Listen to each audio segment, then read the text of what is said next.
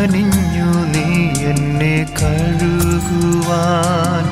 അറിഞ്ഞു ഞാൻ ചെയ്ത പാപങ്ങൾ മറന്നു കളഞ്ഞ സ്നേഹമേ. യേശുവിന്റെ ഏറ്റവും പ്രിയമുള്ളവനെ, വലിയ നോമ്പിന്റെ രണ്ടാമത്തെ ദിനം. ജ്ഞാനത്തിന്റെ പുസ്തകം 17-14. ഒരുപക്ഷെ നമ്മൾ അനേകം പേര് വായിക്കാൻ കഴിയാഞ്ഞൊരു വചനം. ജ്ഞാനം 17-14. അശക്തമായ പാതാളത്തിൽ നിന്നെത്തിയ അശക്തമായ രാത്രി അവരെ ചൂഴ്ന്നപ്പോൾ ഒരേ ഉറക്കത്തിൽ മുഴുകി.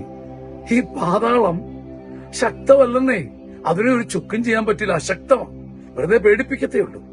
അശക്തമായ പാതാളത്തിൽ നെത്തിയ അശക്തമായ രാത്രി, നമ്മളെയൊന്നും തൊടാൻ പറ്റാത്ത രാത്രി. പക്ഷെ നമ്മൾ ഇതിനെ ഭയന്നിട്ട് ഒരേ ഉറക്കത്തിൽ മുഴുകും.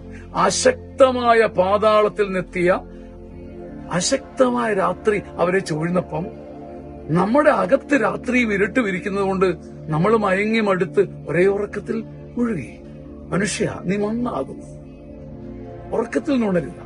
പാവപ്പെട്ട എന്നോട് കർത്താവ് പറയാ, നിന്നെ പുറമേ നിന്ന് ആരും പേടിപ്പിക്കുന്നില്ല. പാതാളം അശക്തമാ. അതിൽ നിന്ന് വരുന്ന അശക്തമായ രാത്രി കണ്ട് നീ എന്തിനാ ഭയപ്പെടുന്നത്? നിന്റെ ഉള്ളിൽ ഭയക്കാനുള്ള കാരണങ്ങൾ ഇരിക്കുമ്പം നീ മടുത്ത് പേടിച്ചകന്നു പോയി മയങ്ങി മറന്ന് ഒരേ ഉറക്കത്തിൽ വീഴുന്നു. ഉണരുക. ജ്ഞാനത്തിന്റെ പുസ്തകം 17-14 ഒരു അപൂർവ വചനമാണ്. വീണ്ടും വായിക്കണം. പാതാളം നമ്മെ ഒന്നും ചെയ്യില്ല. നമ്മൾ നമ്മുടെ അകത്ത് പാതാളത്തെ കയറ്റിവെക്കുകയാണ്. ആമേൻ. ആമേൻ. ആമേൻ.